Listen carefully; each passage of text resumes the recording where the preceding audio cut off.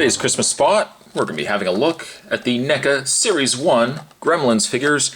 Today we're going to be looking at George, which features poseable eyes. See details on back. Again, a very white package. Picture of George down below. Kind of looks cute down below. Not really the cutest of Mogwais, he's a little nasty. On the back, you can roll trackball to move Mogwai eyes 360 degrees.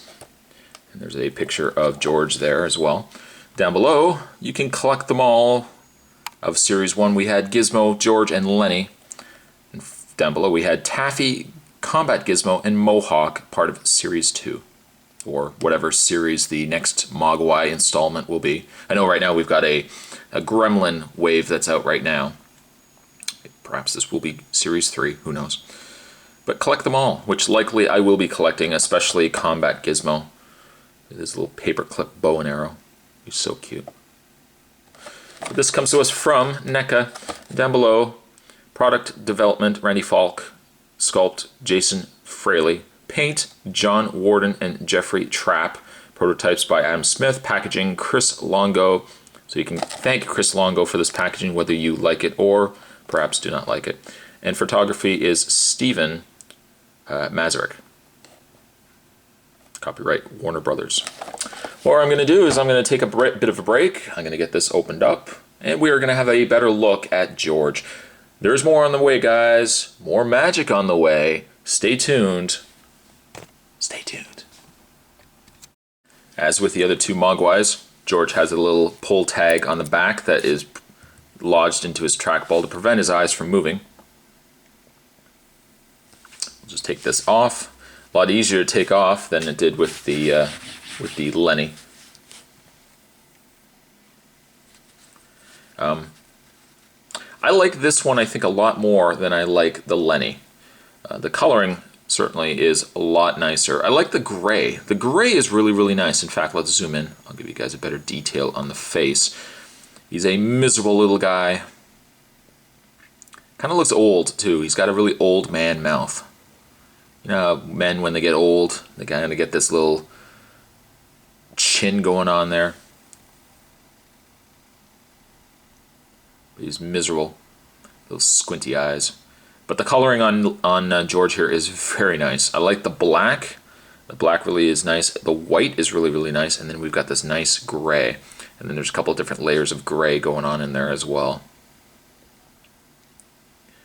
Surprisingly, for what it is, there is seems to be no indication of any paint leakage or any paint that's spilled into areas. The painting on it is actually quite nice. It's done very, very well.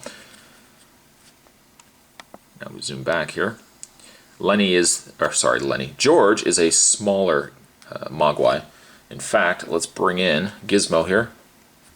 And you can see that it does look, in fact, that they share, I'm thinking they share the exact same body. There could be some small tweaks done here and there. Obviously, of course, the head would be a little bit different. We put them down for a second. We'll bring in the taller of the three, Lenny. You can see that Lenny does tower over both of them. Oh, there goes Gizmo. Lenny was a little bit smarter. He probably realized that, yes, I am the tallest Mogwai. Perhaps I should be ruling things, but it's a problem when you're an idiot. You know, people take advantage of you, and you're usually just a hired goon. Move him out of the way. By the way, still love Gizmo. Move him out of the way as well. Now, I adjusted the ears when I got them out of the package. The ears were kind of more down, I think, but you can move the ears as you can with the other Mogwais. The trackball works on both eyes, although because the eyelids are a little more squintier, you can't really see as much of his eyes as you can, say, with the other two Mogwais. But yes, he's like, he didn't see anything. He didn't see anything. I really think the paint, you know what, the paint on these guys, I think, is some of NECA's best work. The ears are done really, really well as well. I mean, this looks to me like, this looks like flesh. The sculpt is just really perfect on these. In the way of George's articulation, George has a ball-jointed head. Move around. He has ball-jointed ears, which I've been playing with through the span of this review. I guess we could include the fact that he's got 360-degree eyes via the trackball on the back here. He's got ball-jointed shoulders, which move a lot easier, I would say, than both Gizmo and Lenny. Lenny's, I think, was the worst, but George's works very, very well. In fact, you can see I moved the arm all the way around. The forearm also works on a ball joint. You can move it back and forth and rotate it. The hands are also on a ball joint. It's really remarkable when you think how far toys have come that a simple concept of a trackball has improved toys so much. Back in the day, they would have used like a pin and socket or just really just a swivel joint. And, you know, the construction of something like that, it's much cheaper just to get a ball joint and then put a socket on it. You get full range of movement, and it's a much cheaper way to design a toy. It's remarkable, eh? It's remarkable how we've advanced in the way these things are designed. Anyways, though, he has...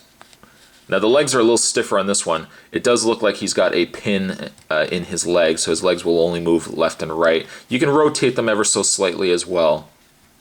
But George has done really, really well. I'm still holding out for a mohawk. But I think this is really one of my favorite bad Mogwais. I think George was done really, really well.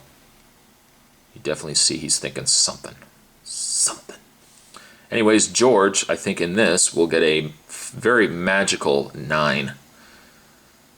You can't really go wrong, I think, with George. And the fact that you've already got Gizmo here, well, you can't just have good Mogwais. You obviously have to have bad ones in there as well. And I think George is a really good addition. So there's 3 Mogwais, part of Series 1. Bring him in as well.